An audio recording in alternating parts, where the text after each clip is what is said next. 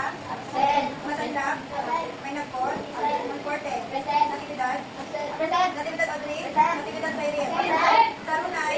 Ores? Yano? Sige. Okay. So, ulitin ko, magandang hapon sa lahat. So, sino sa inyo, pag-review muna sa akin, bagong tatalakayin sa araw na ito, sino sa inyo ang makakapagsabi sa akin kung ano ang huling itinalakay natin? Scientific. Anyone? Sige, ako ang tatawag. Kung sino ang sasagot sa aking tanong. Sige, wasahin. Ano ang itinalakay natin yung mga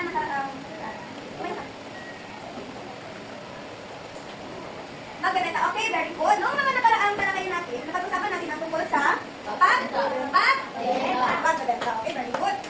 So, since tapos na tayong talakayin ang tungkol sa pagbebenta, ngayon naman ay may bago tayong aralin at pagtututunan sa araw ito. So, maaari nyo itong basahin kung ano ang title ng ating talakayin sa araw ito. Mga uri ng kasangkapan sa pagkukumpuni. Okay, mga uri ng kasangkapan sa pagkukumpuni. Meron akong ipapakita ng retrato sa inyo at nais kong sabihin niyo sa akin kung ano ang inyong naobserbahan sa mga larawang okay? Sige, ano napansin niyo sa mga larawan? Yes? Okay, si Ramping ko. Ano pa? Sige na? Si Ramping ano pa? Halugdas? Ano pa? Okay, saan? Botol ng kahoy. Okay, overall, ano sa tingin niyo ang mga nangyari sa mga bagay na nandun sa larawan? Mga sirang? Mga sirang gamit, mga sirang kagamitan. Okay, sa araw na ito ay tatalakayin natin ang tungkol sa mga uri ng kasangkapan sa pagkukumpuni. Ano ba yung pagkukumpuni, teacher? So, ang pagkukumpuni ay gamit sa pag-aayos ng mga sirang gamit. Okay, pinakita ko mga larawan na ito dahil ito ang mga bagay na kayang ayusin ng mga bagay na ating tatalakayin sa araw ito. Okay. So, ito ang una at ikalawang halimbawa or tawag sa mga klase ng mga kagamitang pagkukumpuni. Okay, maaari niyo bang basahin ang una? Measuring tools, kasangkapan, padukat. Okay, nais kong basahin niyo ng sabay-sabay. Go! Measuring tools, kasangkapan, padukat. Ginagamit upang sukatin ang haba, lakad, bakal o ang ulo ng isang bagay bago ito buuin o ayusin. Okay, ano daw ang measuring tools? Ito ay ang mga kasangkapang panukat or pang-measure o pangsukot na pangsukot. Okay. Ito ang unang klase ng paggamitang pangkumpuni. Next, number 2, basahin. Cutting tools, kasangkapan, pagputol. Ginagamit sa pagputol ng kahoy, papel, tela o iba pang materyales. Okay, from the word itself, cutting, pangputol. O kasangkapang pangputol ng mga kagamitan. Okay, meron ako ibigay ng mga examples mamaya kung ano ang mga bagay nito. Next, third and fourth ang nasa. Driving tools, kasangkapan, panghigpit o panghalo. Ginagamit sa pagpupok o pagmiglit ng bakok at martilyo. Okay, driving tools o kasangkapang panghigit o pangpayo. Ginagamit sa pagpukpok. O diba, pag ginabutan na ito ang mga lansang or anything na pwede pukpok o mapukpok na ito sa aning mga gamit. Diba, arsalin mo sa inyong mga gusto mo pa, hindi na siya matanggal. Okay, yun ang mga driving tools. Okay, the fourth one is read. Boring tools, kasangkapang pangbutas. Ginagamit sa paggawa ng butas sa kahoy o iba pang bagay. Okay, boring tools, kasangkapang pangbutas. Okay, meron ba kayo naiisip na mga gamit o mga bagay na ginagamit sa pagpambutas? So, example doon ay sa kahoy. So, meron mga kagamitan na ginagamit siya upang magbutas ng mga gamit. Teacher, di gigubak niya na? No! So, there are a lot of reasons. Ano nga, ako yung mga gamit na kinahanglan nila bangatan para magamit na ito sa gamit. Okay, next. Last, the fifth and the sixth one. Last up. Holding tools, kasangkapang panghawak. Ginagamit upang hawakan o ipirmi ang isang bagay na gawa o inaayos. Okay, maaari yung magbasahin ulit ang ngayong holding tools. Holding tools, kasangkapang panghawak. Ginagamit upang hawakan o ipirmi ang isang bagay habang ginagawa o inaayos. Okay, kasangkapan daw ang hawak. So, meron talaga mga kasangkapan ganito. Yung mga ginagamit para steady good, steady yung paghawak mo sa isang bagay. Example, papasok ka sa isang maliit na bagay din. So, ginagamit yun upang steady yung paghawak mo. Hindi siya nahuhulog or nakikita mo siya dito, please. Okay, next, the last one. Finishing tools, kasangkapang pangpalinis. Ginagamit upang malinisin at pagdalahin ang huling at lumang isang proyekto. Okay, finishing tools, kasangkapang pampakinis. Ginagamit upang pakinisin at pagandalin ang uling anyo ng isang proyekto. Okay, nakita niyo ba kanina sa pinakita ko mga larawan na may hollow block doon? Paano pa natapos na pag hindi ko hollow block pa? Okay. So, itong finishing tool, isa itong kagamitan na ginagamit upang tapusin ang mga ganung bagay na proyekto. Example, yung dingding. So, nagamitan siya ng finishing coat, ulit semento na ilalagay sa dingding ay ma-flat. At magbubukang, ganito pala. So yan ang mga, yun ang mga, halimbawa, or yun ang mga klase na gamit na ay, hindi kayo nakikinig. Ano mo yung title kanina? No, hindi. Yung tatanong kayo ng sa akin ito. Okay, yung anim na pinabasa ko sa inyo, yun ang anim na uri ng kasampapan na ginagamit sa ano? Nice kung marinig ang sagot ninyo lahat. Para sa ano? Ano nga ang pagkukumpunit? Pag-ayos na? Okay, very good. Ngayon, alam niyo na ang anim na mga klase na gamit ng pagkukumpunit. Okay, kailangan ko pa bang ipakita ulit sa inyo para marinig niyo? Kasi again, ano nga yung una? Or? Kasampapang ba? Ang ikalawa? Yung ikatlo? Ang ikaapat? Panlima?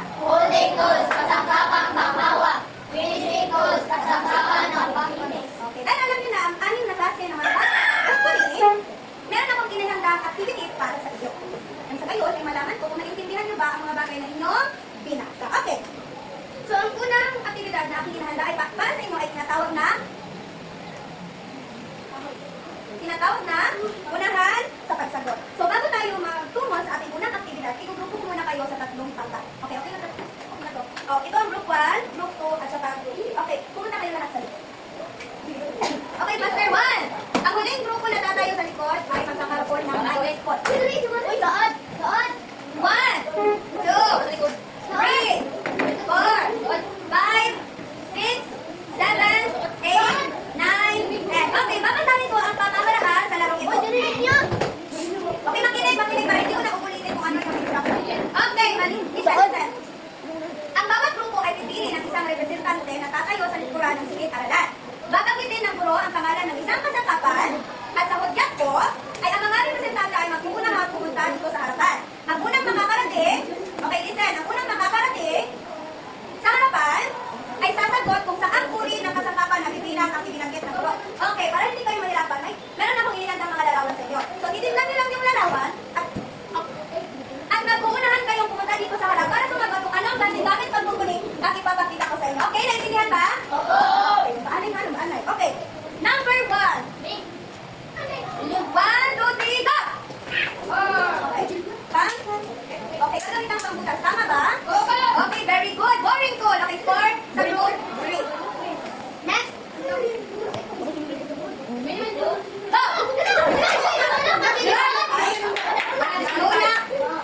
Balik-balik na yung buko. Hindi magulak lagi. Ay, mag-isang ba kung magulak mo? Sorry. Balik na lang kayo. Kung namin magulang mo sa minus, balik-balik na yung buko. Wala nang score. Sige, natin na rin. Okay, ano ba yung steel tape? Ano kagamitan nito? Kagamitan ba? Or? Measuring tool. Okay, very good. Group 1. Balik.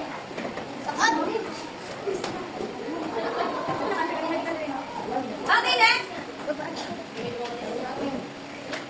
1. Uy, wala pa ko rin go.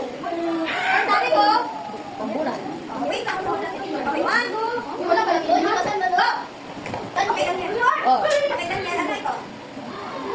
Hammer, ano yung hammer? Ma'am! Pangpukpok, ano yung pangpukpok? Ma'am!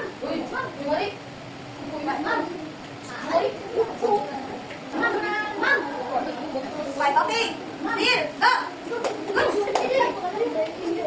Driving tools? Tama ba?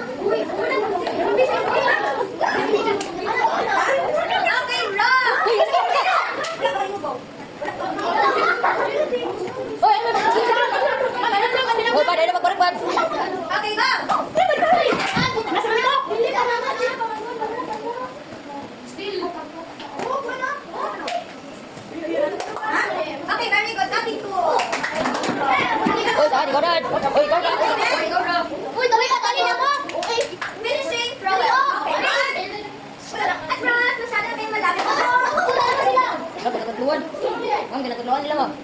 Ma'am, Ma'am, ginatudloan nila, ma'am. Ma'am, ginatudloan nila, ma'am.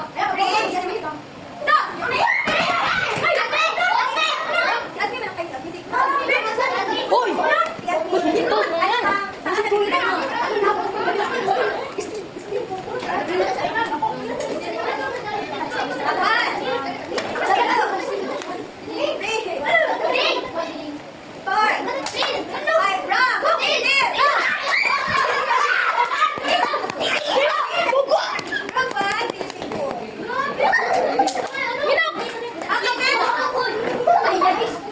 Next, boy. Ba't wala na kayo sa linya? Ha?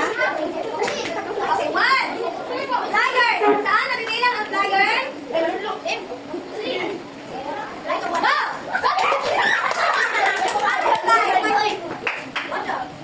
Okay, gagawin ang picnic or holding tools. Okay, very good. One. Okay, one next. Okay lang. So, yung group 1 merong 3 points, yung group 2 merong 1, at saka yung group 3 merong 2 points. Ngayon, wala ka answer, okay. Ngayon sinasabi ko na dapat makinig kayo para pag meron ka na tanong na ganito, makakasagot kayo. Okay, don't worry, meron tayong isang activity.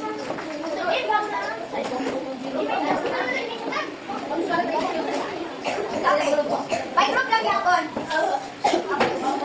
Same group, parehong grupo kanina. So, another activity. Ang activity na ito ay tinatawag na anong uri?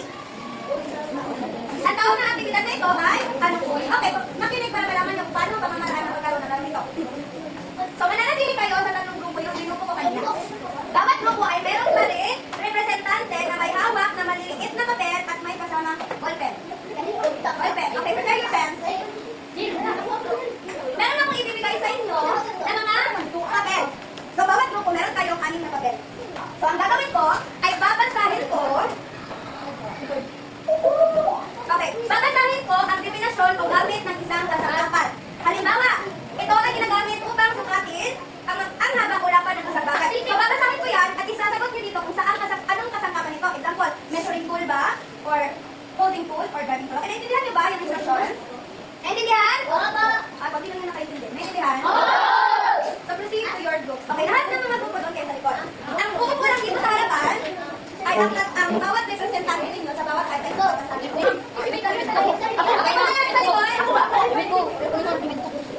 Punta natin sa likod. Ito ang group 3, group 2, at saka group 1. Okay. Nais ko, mga grupo na hindi kasali sa sasagot ay nakalinya pa rin sa likod. 1, 2, 3, 4, 5, 6, 7, 8, 9, 10. Okay. At sasabihin ko po, itaas nyo yung mga papel kung makita ko ang mga sagot. No coaching. Pag may nakita ako nag-cheat daan sa likod, ay automatic disqualified at wala kayong puntos sa aktibidad na ito. Okay, number 1. Okay, ang grupo maingay ha, minus points. Number 1. Ito ay ginagamit sa pagpukpok o paghigpit ng pako at tornilyo. Ito ay ginagamit sa pagpukpok o paghigpit ng pako at tornilyo. 1, 2, 3, papers up, go! Okay, ang sagot ay driving tools. Tama si group 1 at group 2. Next. Sige, ang susunod ko naman. Go. Number 2. Ito ay ginagamit upang pakinisin at pagandahin ang huling anyo ng isang proyekto. Ito ay ginagamit upang pakinisin at pagandahin ang huling anyo ng isang proyekto. 1, 2, nakuha ang katidong. 3, 4, 5, papers up, go! Minok! Okay, ang sagot ay finishing tools. Sa lahat ng buko ay nakakuha ng tamang sagot. Next!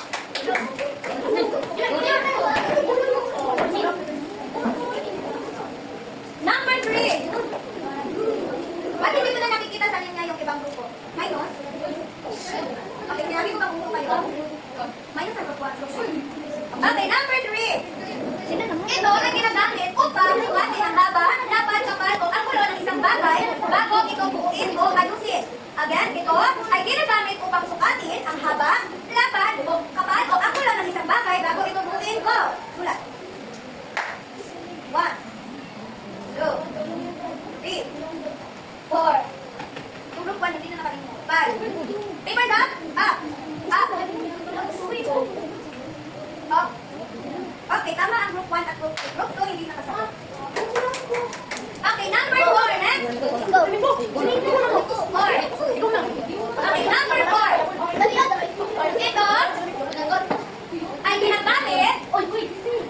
Ini balik ko lagi. Ay, Sa pag... Ba't ka nandyan?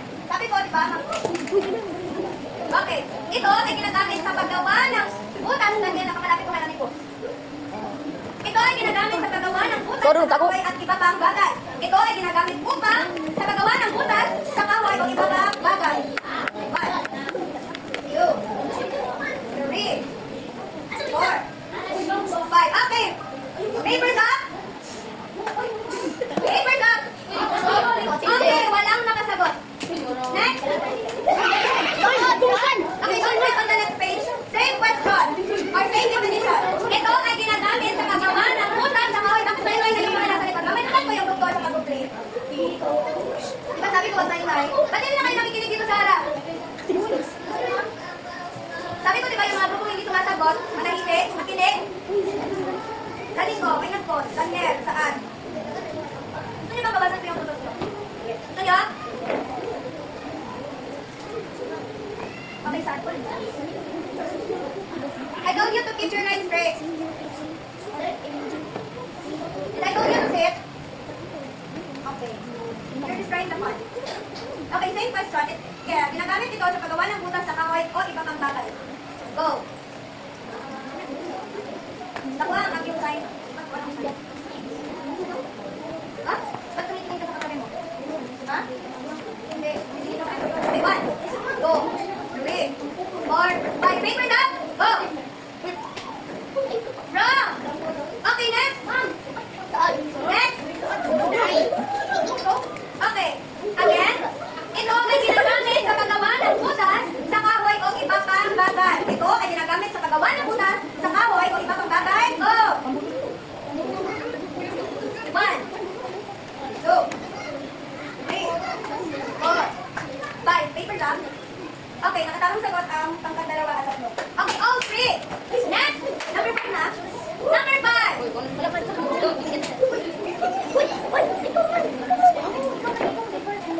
Ito ay ginagamit upang hawakan o ipirmi ang isang bagay habang ginagawa ito at inaayos. Ito ay ginagamit upang hawakan o ipirmi ang isang bagay habang ginagawa o at inaayos. Go! 1, 2, 3, 4, 5. Okay, papers up. Okay, ang lahat ay nakakuha ng tamang sagot. Last number 6. Number 6.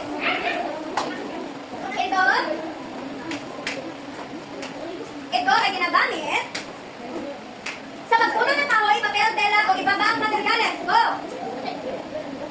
1, 2, 3, 4, 5, up! Okay, ang grupo ng grupo ay nakakuha ng tamang sagot. Okay, doon natatapos ang ating ikalawang aktibidad. Okay, everybody sit down. Sit down, sit down. Okay, ito ang mga puntos na nakuha nyo sa unang aktibidad. Ang group 1 ay meron 2 points. Sa ikalawa naman, meron silang 5 points.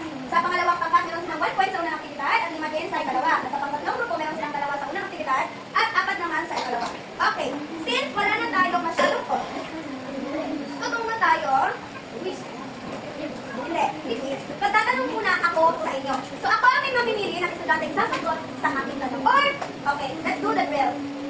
When I say up, you go up. And when I say down, you go down. When I say F, all the girls will stand up. And if I say M, all the boys will stand up. Okay. Up, down. Up, down. M. Okay, Jibril. Jibril. I said M. Okay, Jibril. Ano ang anim na uri ng mga kasangkapan?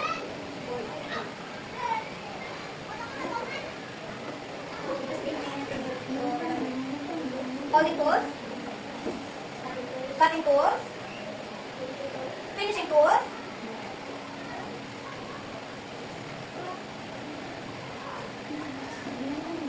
one, two, three, four, five. Okay, sit down, Gabriel. Okay, Juliana, give me the other three. Go. Saan mo na yun? Holding tools, cutting tools, o finishing tools. Boring tools.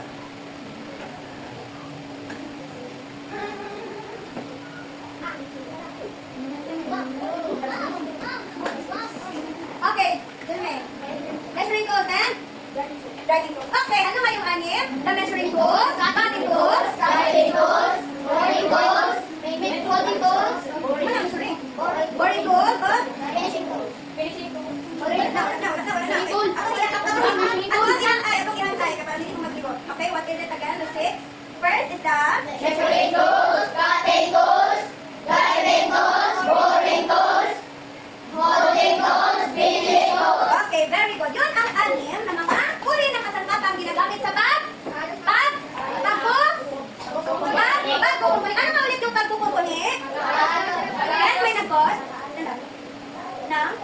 Okay, very good. Nakaayos ng mga gamit. Now, sa ikalawang tanong, sino sa inyo ang nais sumagot kung bakit mahalagang malaman ang mga bagay na ito? Example, bakit kailangan nating malaman kung ano ang mga uri ng kagamitan pangkumpuni? Sino makakasagot? Sige, wala mag-volunteer, so ako yung maghahanap ng sagot. Okay. Okay, Jasmine. Bakit kailangan malaman natin ang iba't ibang klase ng mga kagamitan pangkumpuni?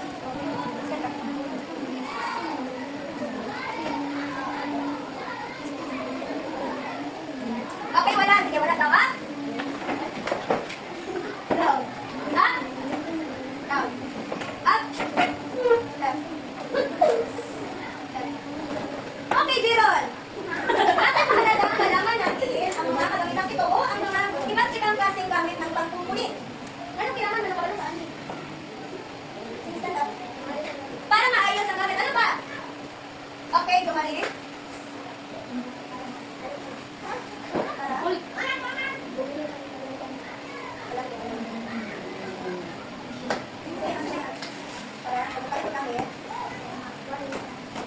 Para dapat bumili kayo ng mga gamit at ang ayos na mga sirang bagay, alam nyo kung ano yung pangalan o gamit na bibili nyo. Okay, very good. Tama ang mga sagot nila. So, mahalaga ang mga kasangkapan tulad ng measuring, cutting, grinding, boring, holding, at finishing tools dahil tumutulong ito sa atin na gumawa ng mga proyekto ng tama, ligtas, at maayos. So, sa paggamit ng mga ito, mas nagiging mas malikhain tayo. At tama yung sinabi ni Jo Marie, pag meron kayong gustong ayusin sa mga bahay ninyo o mga gamit na sira, alam nyo kung ano ang mga gamit na bibilin at ano ang mga gamit na gagamitin sa pag-aayos. At isa pa, kailangan din natin malaman ang mga iba't ibang klase ng mga gamit ng kumpuni upang matutunan din natin kung paano ito gawin at gamitin.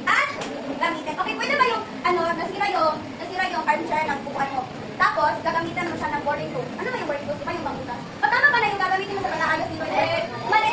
So, ang gagamitin mo ay measuring tools at saka yung pangpokpok. Bakit gagamitan ng pangpokpok? Para umipit, para lang mugahi. So, gamitan siya lang sa imong pokpok. Para mabilis magbalik ang armchair sa iyahang partner. Okay, sa iyang partner. Okay, naintindihan niyo ba ang mga iba't ibang klase ng mga kagamitan pangkumpuni? Naintindihan? Opo! Okay, kung naintindihan niyo ang mga kagamitan ito, nais kong kumuha kayo ng 1/4 sheet of paper